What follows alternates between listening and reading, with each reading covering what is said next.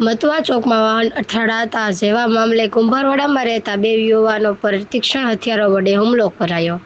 ભાવનગર શહેરના મતવા ચોક વિસ્તારમાં વાહન લઈને જતા 2 શખ્સોને અન્ય વાહન સાથે પોતાનું અથડાવાને પગલે બોલાચાલી થઈ હતી. જોકે ત્યારબાદ 2 યુવાનો ઉપર અજાણ્યા શખ્સોએ હુમલો કર્યો હતો.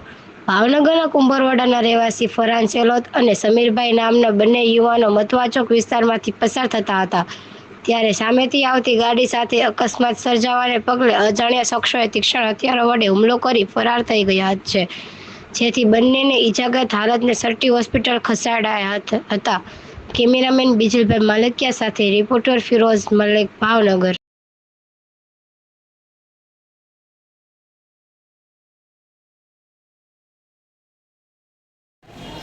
ઓકે, તમારું નામ?